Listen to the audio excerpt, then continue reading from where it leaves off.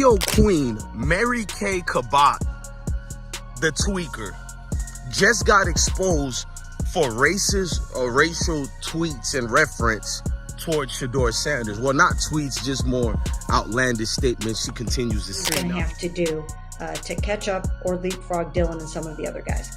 You can't be just thinking. You've got to know it. So hopefully he's at home with Shiloh and he's barking out plays to Shiloh and barking out the terminology, like at home with Shiloh and he's barking out plays. Shedeur Sanders just caught strays, and not the accidental kind. Nope, this was a full-blown verbal blitz from Mary Kay Cabot, who launched herself into a controversy sizzling hotter than a Texas tailgate. And let's be clear, diplomacy took the day off. Critics are shook, fans are riding hard, and Shedeur? Unbothered, iced out, and still tossing dimes with that signature smirk. This isn't just a back-page headline, it's a PR car crash with hot sauce on the airbags. Buckle up. The drama's cooked, and the receipts are fresh. My evaluation was the most accurate quarterback I saw in this draft. When he sets his feet, when he's comfortable in the pocket and he delivers the football, the ball goes where he wants it to go. And, this was a quarterback that was asked to have to win football games for his team. I don't think that can be overstated, is that, you go to a team, and it's a really good team, and you become a complementary piece. Yeah, your stats might be a little bit better. Your win-loss record might be a little... Shedeur Sanders was just doing what he does best, slinging darts, rocking diamonds, and putting a whole college football program on his shoulders like it's light work, when suddenly, here comes Mary Kay Cabot, crashing the vibe with a drizzle of that all-too-familiar coded critique. Because naturally, when a black quarterback shows poise, swagger, and ice-cold composure, it's not leadership, it's a concern. Funny how confidence turns controversial when it doesn't fit their comfort zone. Is people calling out a lot of these subjective races, narcissist races. And when it comes to Mary Kay, I don't know how that alleged tweaker got a job with a professional organization. Forget about football. It could have been IHOP. I wouldn't eat food over there with an alleged tweaker like that over there. If you don't know what a tweaker is, alleged meth head. But let's fast forward. Mary Kay Cabot, I've been showing proof, has been lying, saying salacious things. Even you people who don't like me, DJ Bless went on I Smoke Hip Hop Live, you too don't even feel like defending her because there's too much proof out there already. Shedeur's rise has been anything but typical. As the son of Deion coach Prime Sanders, he didn't just walk into Colorado, he arrived with designer luggage, Heisman hype, and receipts ready. Then he lit up defenses like he had a personal vendetta against zone coverage. He's got the swagger, the stats, and a social media army that makes some NFL rookies look like they just discovered Wi-Fi. And yet, somehow, that kind of brilliance rubs certain media voices the wrong way. One of them even put pen to paper, crafting a critique that reeks of throwback bias, polished up with just enough PR gloss to pretend it's objective. Corrupted as in, other people's opinion of you, they go based off their own, so they don't have, 99% of hatred is, towards Pops, and then I'm just his son. So it really just comes from that, and I told him that too. But, Mary Kay Cabot, a veteran NFL reporter, apparently took issue not with Shedeur's game, his throws, his reads, or his footwork, but with his vibe. His presence. His unapologetic confidence. Because heaven forbid a young, black quarterback shows up, owns the spotlight, and doesn't shrink himself to fit into the media's comfort zone of humble and quiet leadership. No, Shedeur was too bold, too composed, too him, and that, somehow, became the real problem. All right, the Shedeur Sanders slide to me is interesting because, one, people might not think he's a first-round quarterback talent-wise. I think that's probably the reason why he's not going in the first round. But is it because of Deion? Is it because of the hype around him? Is it because these anonymous coaches? No, and you shouldn't be celebrating that either. This dude, he's going to have a good career. But why is Shedeur falling? That's what we need to figure it out. I'm going to say he probably doesn't have the first round talent that these other quarterbacks do. Maybe the teams. Here's the thing, if Joe Burrow rocks Cartier glasses and talks about winning Super Bowls, it's iconic. If Josh Allen smirks through interviews like he's auditioning for a Marvel movie, he's a leader. But when Shedeur Sanders so much as breathes with a little too much confidence, it suddenly becomes an attitude issue? Really? That's the hill we're dying on? It didn't take long for the internet to explode. Fans immediately saw through it. Twitter threads, TikToks, think pieces, everyone was doing the math, and it wasn't mattaying. People pointed out the obvious, this wasn't about football. This was about framing. Shedeur wasn't being assessed like a player. He was being dissected like a threat to the status quo. And guess what? The status quo is feeling real threatened these days. But why Shedeur? Why does he draw this level of weirdly specific media scrutiny that feels like a personality quiz written by someone with a segregation-era mindset? Simple. He's not just a quarterback. He's Deion Sanders' mini-me. And Deion isn't exactly the poster child for media obedience either. He doesn't play the grateful to be here game. He's not interested in shrinking himself so others can feel more comfortable. And neither is his son. It's never a bad message to tell your kids, be humble. Don't gas your kids up too much. He is a 500 quarterback who couldn't get drafted in the first round. Bro, you wore New York Giant cleats. I know in society everybody loves the TikTok watch thing. You know who doesn't apparently love it? NFL executives. You're drafting employees. Can we just go back in society where hard work matters and humility's not uncool? Is humility the worst thing? You gotta put legendary everywhere. How about you play a game? One! Just give me one game, and then you can put legendary all over your house. Shedeur represents something the old-school media can't wrap their heads around: unapologetic, unfiltered, elite black excellence. He dresses like he's on the cover of GQ, walks like he's already in the NFL, and talks like someone who knows exactly what he's worth. And that makes people like Mary Kay Cabot clutch their pearls and reach for the nearest adjective that sounds critical but doesn't get them cancelled. And when the criticism came, it wasn't about film breakdowns or performance metrics. It was coded nonsense like character concerns or too flashy. Translation: he's not behaving the way I'm comfortable with. It's the media's favorite party trick. They don't come out and say what they mean.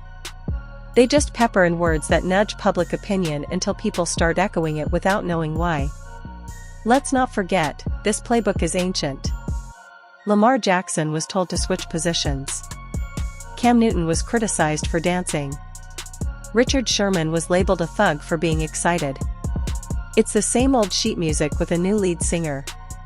The media just keeps playing the hits, and Shedeur's now the latest remix. And oh, the gaslighting.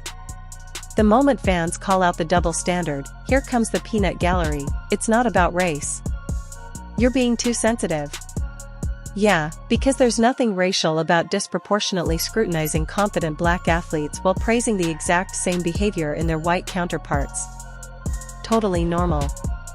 Definitely not a pattern. I think it's the devil. It's the devil. It's the devil. It's the devil. It's some devil going on. That's what I feel. It's all right. It's the devil. The devil is here, man. It has nothing to do with nothing else. It's the devil. Yeah, it's the devil. There's a lot of subtext to this. I believe there is race in this. This white male fucking this thorn in their side to see a black person leading anything. Hard enough to be a coach. It was hard enough to make quarterbacks black. You just can't see us leading. It's a sickness that you need to... Mary Kay Cabot didn't just criticize Shedeur's demeanor, she contributed to a larger narrative that's been weaponized for decades. The one that tells black athletes to know their place, to be respectable, and to never, ever, make anyone uncomfortable with their success. The one that tells them they're only allowed to be great if they're also quiet about it. But Shedeur isn't playing that game. He doesn't need to. He's built a brand off being exactly who he is, chains, suits, clapbacks, and all. And the best part? He's not even engaging with the noise. While the media spins itself in circles trying to diagnose his competence like it's a medical condition, Shedeur's out here stacking numbers, nil deals, and Ws. He doesn't need to respond, because the scoreboard does it for him. And let's be real, what's he going to say? Sorry for making you uncomfortable by being excellent? Not happening. He knows exactly what they're doing, and he knows exactly why they're doing it. That silence? That's him saying, y'all can stay mad. Meanwhile, fans aren't letting it slide either. They're calling out the bias, posting receipts, and making it clear that this isn't 2005 anymore. The old media tricks don't work the way they used to. Social media isn't just watching, it's dissecting, challenging, and dragging outdated narratives through the mud with TikTok edits and 3-minute voiceovers that hit harder than a linebacker. They've been a big discourse was created over the weekend when draft expert tweeted lots of double taps and hitches from Shedeur today. Andre Cisco said, boy, better stop patting that ball. We breaking all that early. All the expert, the DB told, oh, they pat no back, they go drive on that. Man, listen, they not driving on nothing. Quarterbacks have been patting the ball since the beginning of time. Sometimes the pat is for the timing of the actual throw, waiting for the receiver to get open. When John Elway throw that skinny route, right? Yeah. When you hit that 7-step, the ball is gone. Now, a play like that, there's no hitch and there's no pat because the ball's coming out on time. Right. You got a dig route. There's a pat on the ball. It just is. The corner route. The deep ball. And it's not just about Shedeur. This is about every young black athlete who dares to walk in a room like they own it. It's about the system that still can't handle confidence without approval. It's about dismantling the idea that black excellence must always be accompanied by humility, even when mediocrity gets to strut around in a gold jacket. The real reason the media keeps poking at Shedeur is simple: he represents the future, and they weren't invited. He doesn't need their headlines. He doesn't beg for validation. He's a self-contained ecosystem of talent, image, and clout, and that scares people who made their careers gatekeeping that exact thing. Mary Kay Cabot's remarks were less about football and more about discomfort. Discomfort with how easily Shedeur commands attention. Discomfort with how effortlessly he flips the narrative. Discomfort with how little he needs their approval. And in a world where influence is currency, Shedeur's bank is overflowing. But of course, it wouldn't be a media circus without some classic deflection. Suddenly, the conversation shifts to tone. It's not what she said, it's how we're reacting. Right. Because the real problem is that we noticed. The real issue is that we dared to interpret subtext. Apparently, you're only allowed to call out racism if it's served with a burning cross and a hood. Anything less is overreacting. The thing about Shedeur, I am the guy that's been pushing him to the greatness. I want to see Shedeur picked early. I want to see Shedeur picked as the first quarterback taken off the board. But Shedeur also does not want to be challenged. I said certain things that I'm just keeping it a buck and just say how I feel. That doesn't negate how I feel about him, his brother, his other brother, his sister, and his father. Respectfully, so listen, I'm not refuting what you're saying. I'm trying to comprehend what you're saying. What do you mean he doesn't want to be challenged? That got my attention too. And yet, through all of this, Shedeur just keeps being Shedeur. He's not flinching. He's not apologizing. He's not turning down the volume. In fact, he might turn it up. New chains? Probably. Another pre-game fit that breaks the internet? Most definitely. A Heisman run that makes them all eat their words? That's the goal. And let's not pretend this moment didn't backfire spectacularly. Instead of knocking Shedeur down a peg, it elevated him. It turned him into a symbol. Not just of talent, but of resistance. Of owning your narrative in a world desperate to write it for you.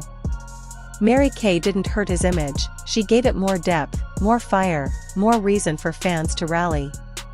So what happens now? Does the media course correct? Does it apologize? Of course not. They'll do what they always do, move on to the next target and act like nothing happened. But the receipts are there. And every time they pull this, stunt, the backlash gets sharper, louder, and more public. Gen Z did not come to play.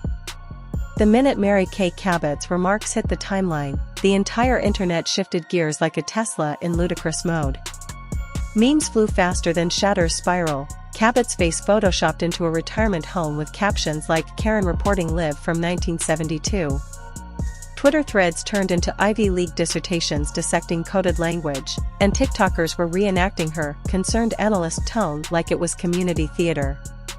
The internet gave her a masterclass on how not to talk about black quarterbacks in 2025.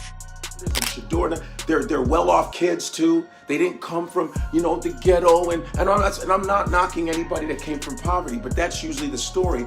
And the narrative has changed. His kids are well-to-do. Even if they don't make it, they're okay. They can do other things, and you want them to be. My mother was on crack, and I'm gonna get her out the crack house. You didn't have a crack house story. You didn't have a prostitution story, a deadbeat dad story. You didn't have any of that. So I think this is what bothered you. So the NFL decided to act like fifth graders and go, well, if you don't give us the right story, we're gonna. But this isn't 2005, and Shedeur's not some scared rookie afraid of headlines.